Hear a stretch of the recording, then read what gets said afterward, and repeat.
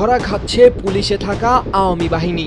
বিগত 17 বছরে লীগ পরিচয়ে যারা পুলিশের চাকরি বাগিয়ে নিয়েছে তাদের কপালে এখন ঘোর শনির মেঘ। বিরোধী মত দমন ও ক্ষমতা পাকাপোক্ত করতে পুলিশের ভেতরে এই লীগ বাহিনী গড়তে নজিরবিহীন এক জালিয়াতির আশ্রয় নিয়েছিলেন সাবেক ডিএমপি কমিশনার হাবিবুর রহমান। অভিনব সেই জালিয়াতির ধরন শুনলে চোখ কপালে উঠবে। যাদের আসল বাড়ি অন্য জেলায়, স্রেফ চাকরির জন্য ভুয়া ঠিকানা ও জমি কিনে তারা বনে গিয়েছিলেন গোপালগঞ্জ বা অন্যান্য জেলার স্থায়ী বাসিন্দা। নোভা এলইডি টিভি, ঝকঝকে ছবি, নিখুঁত শব্দ, 5 বছরের ওয়ারেন্টি। নোভা মানি সঠিক মান, নিশ্চিত সেবা।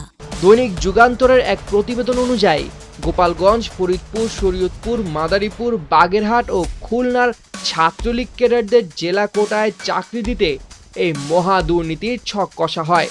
তৎকালীন ঢাকা জেলার এসপি হাবিবুর রহমানের নেতৃত্বে ঢাকাসহ দেশের বিভিন্ন জেলায় জমি কিনে এসব দলীয় কর্মীর জাতীয় পরিচয়পত্রের ঠিকানা পরিবর্তন করা হতো। চাকরি নিশ্চিত হওয়ার পর সেই জমিও বিক্রি করে দেওয়া হতো। কেবল দলীয় বিবেচনাতেই নয়, নিয়োগের নামে কোটি টাকার বাণিজ্য করে ফুলে ফেপে উঠেছিল হাবিবের এই সিন্ডিকেট। 2012 সাল থেকে শুরু হওয়া এই জালিয়াতির মাধ্যমে নিয়োগ পাওয়া কনস্টেবলরা এখন এএসআই বা এসআই পদে আসীন। মূলত এরাই জুলাইয়ের ছাত্র জনতার অভ্যুত্থানে পুলিশের পোশাক গায়ে দলীয় ক্যাডারের মতো নির্বিচারে গুলি চালিয়েছিল বলে ধারণা করা হচ্ছে।